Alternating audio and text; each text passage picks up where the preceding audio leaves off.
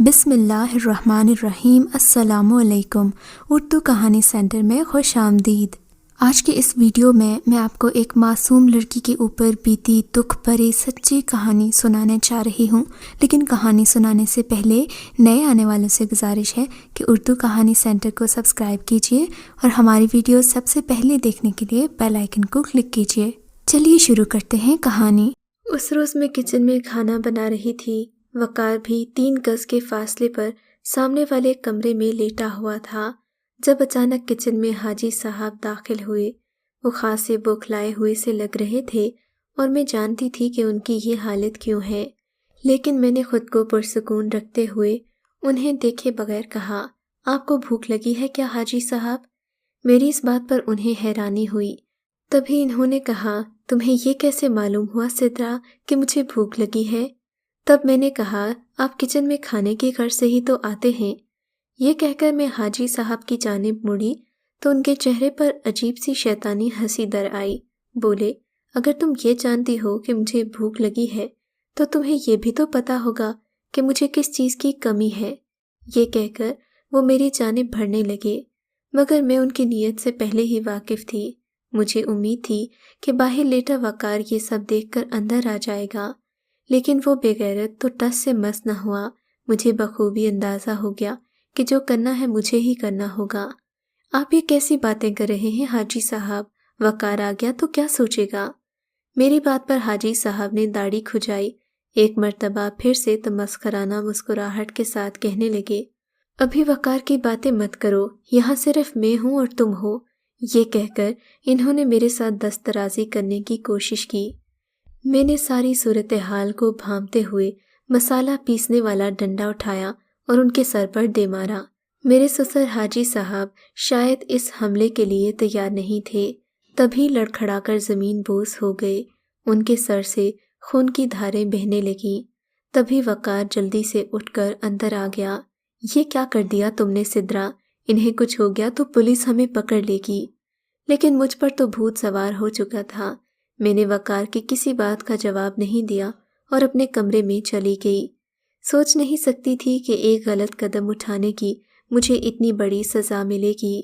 میرا ماضی مجھے بار بار جھنجھوڑ رہا تھا کہ سدرا تم نے یہ قدم کیوں کر اٹھایا، لیکن شاید میں اس وقت جذبات کی روح میں بہہ گئی تھی۔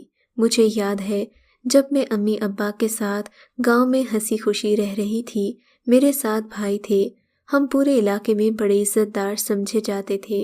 ہمارے گھر میں ہمارے ساتھ ایک ملازم رہتا تھا جسے ہم سب مختار بھائی کہتے تھے۔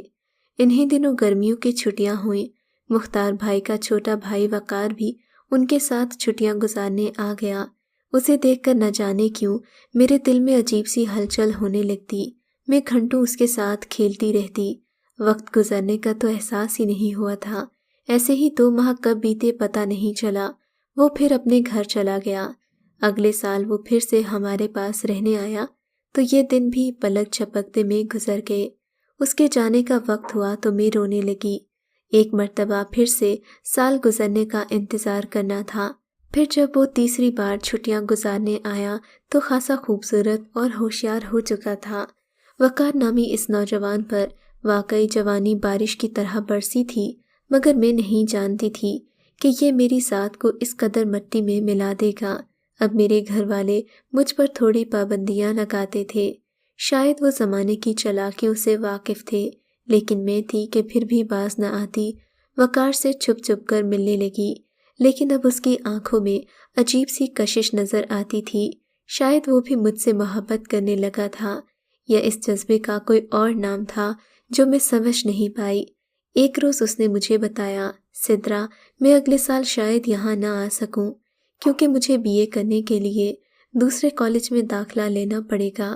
یہ سن کر میں بے حد اداس ہو گئی اور میں نے اپنے دل کا حال کہہ دیا۔ اس نے کہا، آج رات کے 12 بجے تم مجھ سے ملنے آ جانا، تب میں تم سے ایک بات کروں گا۔ میں اس کی بات پر ذرا حیران ہوئی کہ میں کیسے آؤں گی۔